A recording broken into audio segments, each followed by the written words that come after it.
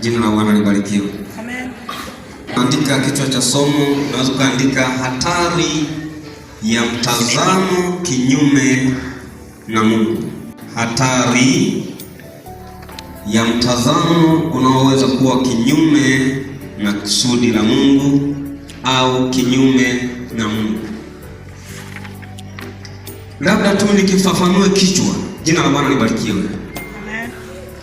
Mtazamo ni namna ambavyo mtu anaweza akamwona mtu akawa ana mtazamo fulani kwamba mtu huyu atakuwa ni mkali sana, ila amemtafsiri kwa sura anavyomuona kwamba mtu huyu kwa sura hii inaonyesha ni mkali sana, lakini akianza kuishi naye unakuta ni tofauti kabisa, anaona yule mtu sio mkali. Ndio maana halisi ya huu mtazamo unaousema. Jina la Bwana libarikiwe. Kanisa, haleluya. Nianze kutoa mtazamo kuhusu, nitumie labda serikali. Jina la Bwana libarikiwe. Amen. Sisi tunaoishi Tanzania, katika hali ya utafiti wangu, katika hali ya ufuatiliaji, nimejifunza kwamba Watanzania wengi wanaomtazama kwamba huku Tanzania wanateseka sana. Ukifuatilia mazungumzo na ukifuatilia kauli nyingi za midomoni, lakini unaweza kukuta mtu huyo anayesema hapa Tanzania tunateseka sana, pengine hajawahi kuishi Kenya wala Zambia wala Marekani, hajaishi taifa lolote lile kwamba ajue kule wanaishije, ila yeye anao mtazamo kwamba huku Tanzania sisi tunateseka sana. Lakini ukishafuatilia mataifa mengine, unakuta mtu mwingine anasema wenzetu Marekani barabara za lami ziko mpaka mashambani. Lakini ukifuatilia historia, Marekani tangu inaanza kujitawala, rais wa sasa kama sijakosea atakuwa ni rais wa 48 au 49. Wakati Tanzania huyu rais wa sasa ni rais wa 6 toka tunaanza kujitawala. Kwa muda ambao wao walianza kujitawala, manake wamejijenga, wamefanya vitu vingi vya kimaendeleo ambavyo wewe unatakiwa visubirie serikali yako inapoendelea kukua itavijenga. Unataka kiwe leo, na huo mtazamo unakupelekea uone unapoishi Tanzania unateseka sana na huna amani, na pengine unaomtazama kwamba viongozi wa Tanzania ni wabaya sana, lakini kumbe ulitaka wafanye vitu ambavyo pengine vilifanyika na mataifa yaliyoanza muda mrefu, ila huo ni mtazamo wako ambao unao. Nimejaribu kuangalia hata tu Kenya. Kenya wakoloni walichelewa kuondoka, ardhi yote iko mikononi mwa wawekezaji. Wananchi wa Kenya ni wachache sana wanaomiliki ardhi kama Tanzania. Unakuta unamiliki eka 2, eka 3, eka 10, eka 20, eka 200. Mwananchi wa kawaida tu anamiliki, lakini Kenya watu wengi wanaishi kwa vibarua, kwa sababu ardhi iko chini ya wawekezaji, ndio wanaolima chakula kingi cha kuhudumia lile taifa. Lakini huu mtazamo nimegundua kwamba unajaribu kuleta shida kwenye jamii. Kuna watu ambao wamewachukia viongozi moja kwa moja na wameichukia serikali moja kwa moja, wanafikiri serikali haifanyi vizuri, lakini ule ni mtazamo tu wa ndani ya mioyo yao. Pengine wangejua serikali zingine wanavyoishi, wangeanza kuona kwamba mbona hawa watu wanajitahidi. Lakini kama nilivyosema, mtu pengine hajafanya utafiti kwamba hilo taifa analolinganisha na taifa la Tanzania lilianza kujitawala muda gani, limejijenga kwa muda gani. Kwa sababu hata taifa letu la Tanzania, ukumbuke kwamba wakijenga barabara ya lami hawarudi tena kujenga, atakapokuja rais mwingine anajenga nyingine. Hivyo vizazi vitakavyoishi hawatakuwa na barabara nyingi za vumbi kama sisi, kwa sababu hizi barabara zinaendelea kupungua. Sasa hivi vitu vinaleta shida sana ndani ya watu. Kuna watu wanaishi, anaona kama anateseka sana, serikali haifanyi chochote, anaona kama yuko katika nchi ambayo anaumia mno, lakini ule unakuwa ni mtazamo tu. Ukiangalia unakuta maendeleo yanayofanyika tu hapa Tanzania. Kama sasa nimesema ufuatilie barabara za lami zinajengwa maeneo mangapi kwa Tanzania nzima, ungekuta wakati fulani unatakiwa kuwasifu viongozi pamoja na madhaifu ambayo wanayo. Amina. Na sijasimama hapa kwamba niwatetee au nisema wanafanya vibaya au wanafanya vizuri. Mimi niko kufundisha mtazamo. Na pengine wao ambao watatufuatilia kwenye mtandao, basi inatakiwa wajifunze kwamba kunaweza kuwa na mtazamo ambao unalazimisha kitu ambacho wakati wake uko bado kufika, na inakutengenezea unaishi kwa vinyongo, unaishi kwa huzuni, unaishi bila amani, unajihisi unateseka, kumbe huteseki, ila ule ni mtazamo wako ambao umejijenga ndani ya moyo wako. Mpe Yesu makofi na vigelegele. Kabisa, haleluya. Wanakola haleluya. Wanakola haleluya. Niombe fungua kile kitabu cha Samueli wa pili mlango wa 3 mstari wa kwanza. Eneo nalosoma tunajifunza kichwa kinachosema mtazamo ambao unakuwa kinyume na kusudi la Mungu. Hawa watu wawili mkuta mtu mwenye mtazamo ambao ulikuwa kinyume na kusudi la Mungu, alafu alitaabika sana. Uongozi unabadilika kama ambavyo nimesema tulivyoanza uhuru Tanzania, rais atawali yule. Jina la Bwana libarikiwe. Ndio maana rais mzuri unakuta hata na mtandao utawala anaishi kwenye madaraka, anajaribu na kufikiri kwa watu wake, ni nani sasa atabadili badala yangu.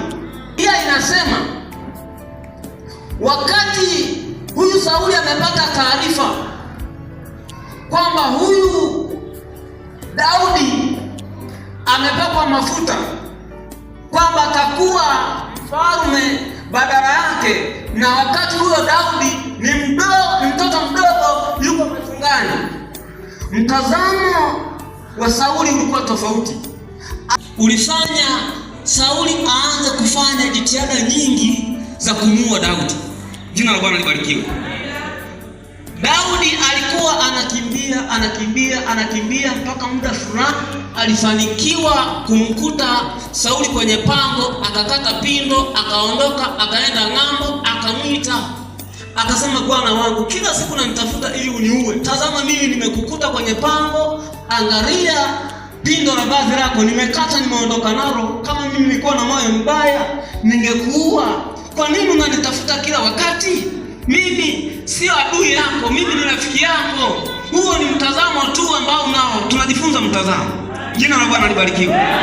Huu mtazamo ambapo ulikuwa unamletea shida Sauli, ndani ya kanisa hii mitazamo inawaletea sana watu shida. Jina la Bwana libarikiwe.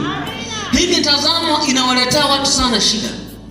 Wapo wanandoa ambao wanao mtazamo kwamba mimi mke wangu hayuko kama mke wa fulani.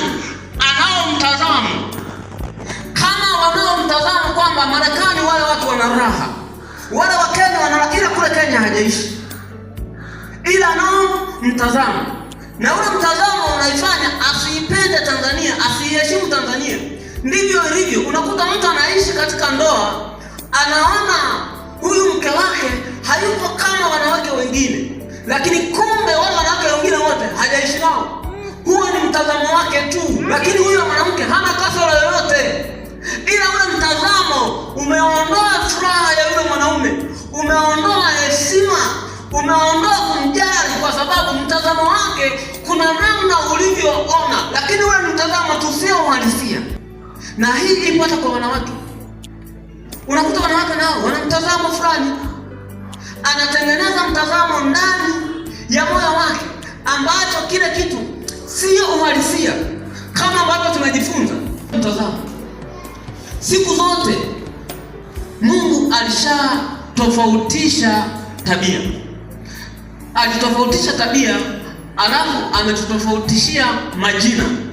Alafu badala ya kutofautishia majina, anatutofautisha tabia, anatutofautisha maarifa, mfumo wa maisha. Ukitaka ulazimishe mfumo wakati fulani, mfumo wa mamanaja, unaweza kugombana sana pengine na mke wako, kwa sababu huyo ni mamanaja, alizaliwa hivyo, ana hicho kitu kutoka kwa Mungu.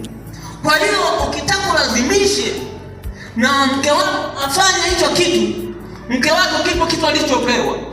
Kwa hiyo ukibaki kwenye mtazamo, unaweza kujikuta umemaliza mwendo wa kuishi duniani, huna amani, kwa sababu unalazimisha ukikute kitu kwa mtu ambacho Mungu hakukiweka. Jina la Bwana libarikiwe. Mtu mwingine anakuwa anaelewa kwamba nikinunua gari, amani itakuja, maisha yangu yatakuwa yamekaa vizuri. Ule ni mtazamo nao yeye, lakini akinunua gari atakuta maisha ni haya, atakuta maisha ni haya, atakuta kama ni kuhangaika hela, naye anahangaika. Kama ni kulala njaa, anaweza kalala, kwa nini huwezi kukala gari? Jina la Bwana libarikiwe. Huwezi kukala gari. Mwingine anakuwa na wazo, anasema yaani wewe ni mtazamo wake. Ndio maana mtu mwingine anasema mimi nikiwa mfanyakazi, nikiolewa na mfanyakazi, pengine mimi maisha yangu yatakuwa mazuri. Lakini huo ni mtazamo wako tu. Swala la maisha mazuri, ndio maana nikakwambia kwenye kichwa cha somo, mtazamo unaokuwa nje na kusudi la Mungu. Mtazamo unaokuwa nje na kusudi la Mungu. Ndoa ambayo iko nje na kusudi la Mungu, wawe ni maskini, matatizo yapo. Wawe na hela, matatizo yapo.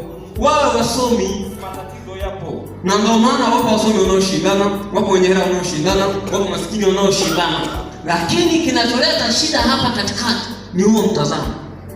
Nilikuwa naeleza hapa kwamba huyu aliyeleta viti yeye ni mjane, lakini fahamu kwamba, naamini kwamba kuna watu angetengeneza mtazamo. Unajua kuna mtu anakuwa na mtazamo kwamba ni kama ningekuwa na mume maisha yangu yangekuwa mazuri sana. Yangekuwa mazuri sana ningekuwa nafanya hivi. Lakini unaweza kukuta mna mume wako mko wawili, lakini mambo bado hayaendi. Kanisa, haleluya.